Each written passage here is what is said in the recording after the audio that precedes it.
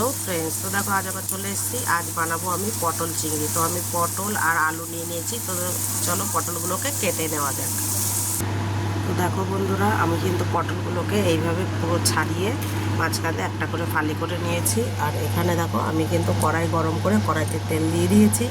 আমার তেলটাও গরম হয়ে গেছে। এবার কিন্তু আমি এতে একটা একে পটলগুলো সব ছেড়ে দেবো।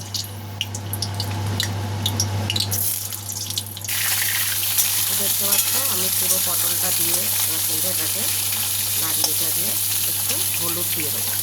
দেখতে পাচ্ছ আমি হলুদটা দিয়েছি, দিয়ে এবার এটাকে এভাবে ভেজে নিতে হবে। হলুদ দিলে কিন্তু একটু তাড়াতাড়ি ভাজা হয়, এটাই যা।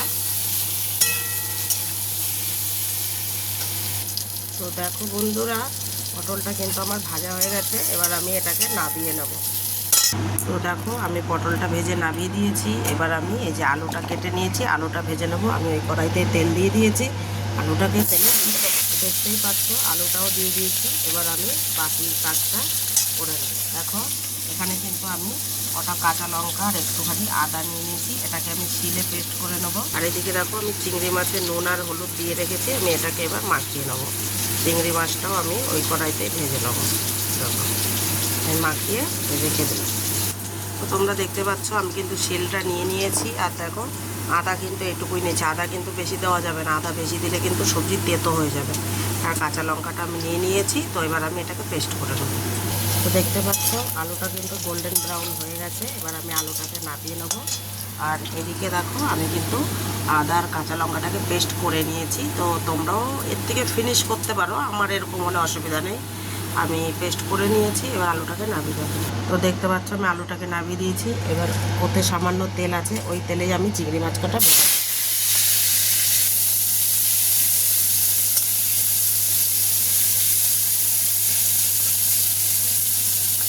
তোমরা দেখতে পাচ্ছ চিংড়ি মাছটা ফ্রাই হয়ে গেছে। এবার আমি নামিয়ে দেবো। চিংড়ি মাছও কিন্তু ফ্রাই করার একটা টেকনিক আছে, এটাকে কিন্তু বেশি ভাজা যাবে না, তাহলে রাবারের মতন হয়ে যাবে। তো আমি এবার মাছটাকে নামিয়ে দেবো।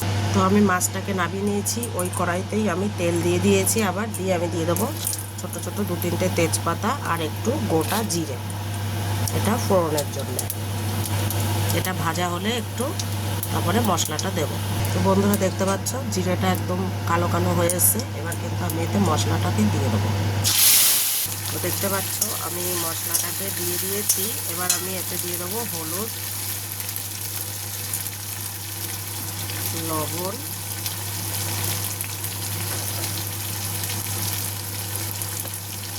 হলুদ লবণটা কিন্তু তোমরা তোমাদের আন্দাজ মতো দেবে, আমি কিন্তু আন্দাজ মতো আমার দিয়ে দিচ্ছি। আর দিয়ে দেবো জিরের গুঁড়ো।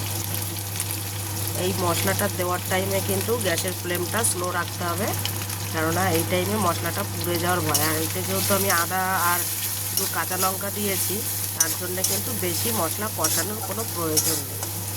এবার এতে আমি সামান্য একটু জল দিয়ে দেবো। তো এতে আমি একটু সামান্য জল দিয়ে দেবো। জল দিয়ে কিন্তু আমি গ্যাসের ফ্লেমটাকে এবার হাই করে দেবো। দিয়ে এবার আমি মশলাটাকে একটু কষিয়ে দেবো এর সাথে। তো দেখো বন্ধুরা মশলাটা কষা হয়ে গেছে। এবার আমি এই ভেজে রাখা পটল আর আলুটা এতে দিয়ে দেবো। দিয়ে ওকে সামান্য একটু জল দিয়ে দেবো। সামান্য একটু জল দিয়ে দেবো। দিয়ে আমি এবার এটাকে সুন্দর করে কষিয়ে নেবো। এই টাইমে কিন্তু গ্যাসের ফ্লেম একদম হাই থাকবে, ফুল হাই। এবার এটাকে কষিয়ে দেবো একটু। তো দেখো মশলাটা কিন্তু আমার কষা হয়ে গেছে, মশলা থেকে তেল ছেড়ে দিয়েছে, জলটা পুরো শুকিয়ে গেছে। এবার এটা আমি জলটা পুরো দিয়ে দেবো।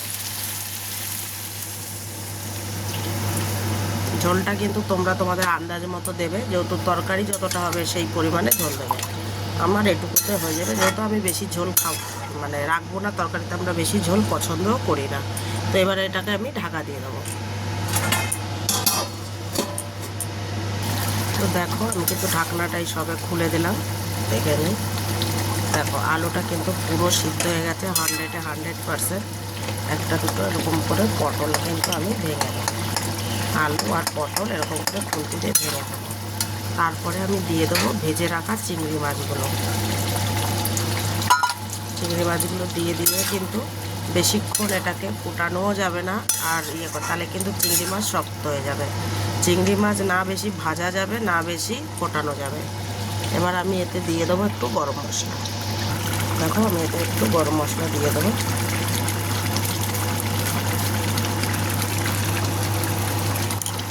এটাকে আমি এবার এখন মিলিয়ে দেবো।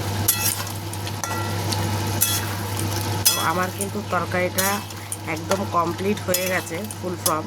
তো তোমরাও কিন্তু বাড়িতে এভাবে এটাকে ট্রাই করতে পারো।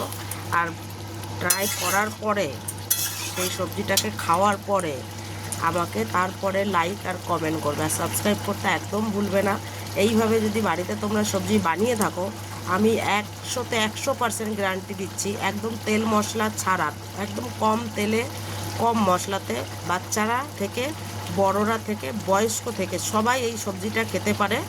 কারোর জন্যে কোনো রকম সাইড এফেক্ট হবে না। এটা হেলদি অ্যান্ড টেস্টি, খুবই সুন্দর আর খুবই টেস্টি। এর যা সুগন্ধ বেরোচ্ছে, আমি ফোনের মধ্যে থেকে তোমাদের গন্ধটা তো আর দেখাতে পারবো না, মানে শোকাতে পারবো না। তো আমার কিন্তু সবজিটা হয়ে গেছে বন্ধুরা। তোমরা, আশা করি আমার খুবই ভালো লাগবে তোমাদের আমার এই মানে পটল চিংড়ির রেসিপিটা। তো ভালো লাগলে অবশ্যই তোমরা লাইক কমেন্ট শেয়ার সাবস্ক্রাইব করতে একদম ভুলবে না। তো বন্ধুরা, বাই।